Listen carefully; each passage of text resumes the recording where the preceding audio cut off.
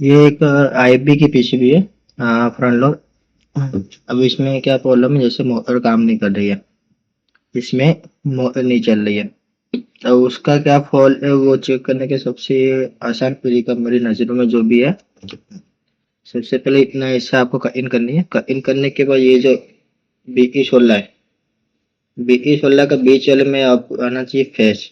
जब भी रिले और सबसे पहले रिले ऑन होती है, रिले की कट करके आवाज आ रही कि नहीं आ रही है, जब भी करें। और इस केस में क्या हो रहा है, रिले की कट करके आवाज आ रही है, यानी कि हमारी रिले वर्किंग है, रिले काम कर रही है। तो ये सबसे पहले हमको देखना होता है कि इसके जो एक मिनट,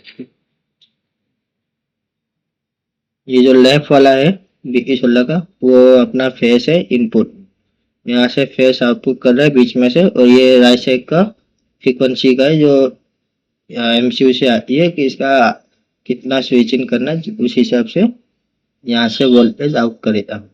हमको सबसे पहले यहाँ चेक करना है कि यहाँ पे जैसे एक वायर न्यूट्रल पे, तो एक वायर यहाँ पे कनेक्ट करके चेक कर लेने का कि कितना आउटपुट आ रहा है कि नहीं आ रहा है। अभी उससे आसान तरीका एक ये है कि यहाँ पे एक रेक्टिफायर है, ये एक रेक्टिफायर है। रेक्टिफायर के इसमें आपको जैसा चेक करना है वैसे चेक कर सकते हैं कि बीच के दोनों के पिन जो एसी के है, यहाँ पे एसी को 240 आ रहा है कि नहीं आ रहा है। यहाँ पे आप लेफ्ट राइट पे चेक कर सकते हैं एसी वोल्ट आ रहे कि नहीं आ रहे। इसमें कुछ भी आ सकता है, 100 वोल्ट 150 300 वोल्ट भी जा सकते हैं। इसमें आरपीएम नहीं मिला, इसका फीडबैक नहीं मिलने से सारे 300 वोल्ट पहुंच जाते हैं नहीं फुल स्पीड में। मोटर में कभी भी फीडबैक हवा निकालते हैं अपने, तो वो मोटर फुल स्पीड में चलने लगती है।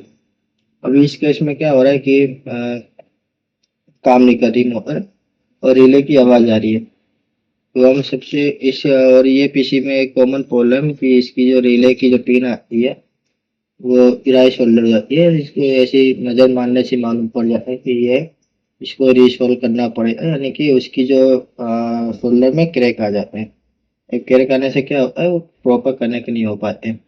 अभी ये पूरी अभी ये फ्रेश पीसीबी है, मैंने अभी इसमें कुछ रिपेयर वर्क नहीं किया है। इसकी रिले ओरिजिनल है, सिर्फ अभी मैंने पीछे का इन किया है।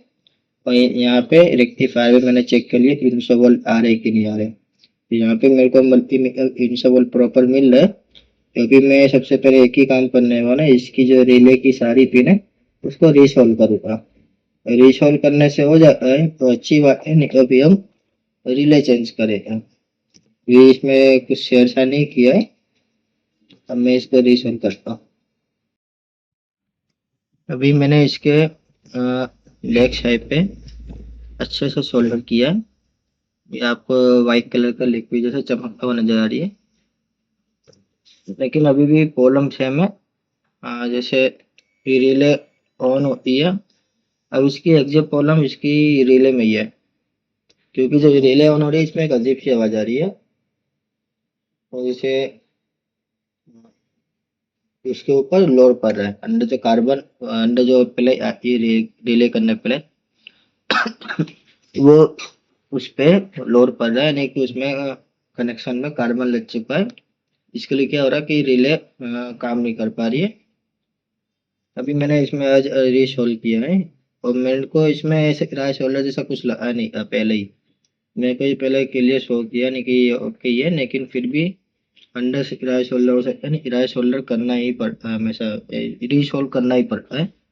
सबसे पहले हम रीसोल्व करते हैं, उसके बाद प्रॉब्लम सोल्व नहीं होती है, उसके बाद हम रिले चेंज करते हैं। अभी इसमें वही है, नहीं ऑन हुआ, रिले ऑन हो रही है लेकिन मोटर ऑन नहीं हो रही है, और यहाँ से आउटपुट भी कर रहा है रेक्टिफायर में। अब हम इसका रिले चेंज करते हैं। अभी मैंने इसकी रिले चेंज की है। ये इसकी पुरानी रिले जो ओमरॉन कंपनी की ओरिजिनल है, और ये अब चल रही है।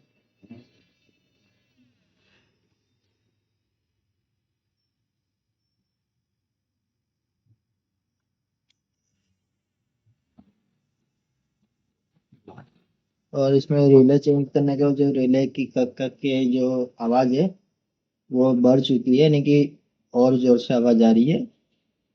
इसमें रिले करने क्या होता है कि अंदर जो कार्बन लग जाता है ना, उससे कनेक्शन नहीं हो पाते हैं। और कार्बन लगना स्वाभाविक है क्योंकि ये relay multi time on off करती है। और ऑन ऑफ टाइम पे अभी क्या है कि ये बिना लोड पे एम्पियर कम लेता है, अभी कुछ लोड है नहीं इसके ऊपर। लेकिन जब अंदर कपड़े का वजन होता है उस टाइम पे लोड ज्यादा होता है, उसके हिसाब से अंदर स्पार्किंग नॉर्मल है, अंदर स्पार्क करती है, जिसके कारण ये प्रॉब्लम आती है इस मॉडल के पीछे में। एक कॉमन प्रॉब्लम है इसमें। ये मॉडल में मैक्सिमम प्रॉब्लम एक ही चीज़ का है, और इसमें एक और प्रॉब्लम है जाइमिंग की प्रॉब्लम। यानी कि जो 1 घंटे की साइकिल होती है वो करीब 3 घंटे या चार घंटे चलती नहीं, कंटिन्यू चालू रहती है। और कभी कभी एरर भी आ जाती है, लेकिन मैक्सिमम टाइम चल जाती है, लेकिन टाइमिंग बहुत लेती है। उस केस में क्या होता है, इसमें ये जो BT16 है उसके नीचे के रजिस्टर मल्टीमीटर में ओके आते हैं वैल्यू इसकी, लेकिन क्या होता है ये राइस सॉल्व होता है। इसको रीसॉल्व करने से ये प्रॉब्लम सॉल्व हो जाती है, और रिले को भी रीसॉल्व करना पड़ता है। अब BT16 रीसॉल्व करने क्यों बोला, क्योंकि जब अपने यहाँ चेक करते हैं तो स्पिन यहाँ पे ओके चल जाती है, नहीं स्पिन जो चलना चाहिए चलता है, लेकिन रियलिटी में क्या होता है जब मशीन पे लोड पड़ता है कपड़े का पानी का, उस टाइम पे जो आरपीएम जाना चाहिए मोटर की वो आरपीएम नहीं जा पाती है, आरपीएम कम होता है। और कम आरपीएम के कारण क्या होता है, ये साइकिल कंटिन्यू मल्टी टाइम चलती रहती है। और कभी चल रही तो साइकिल चल जाती है, लेकिन इस टाइम पे क्या समय बहुत जाती है, इसके कारण एरर आ जाता है।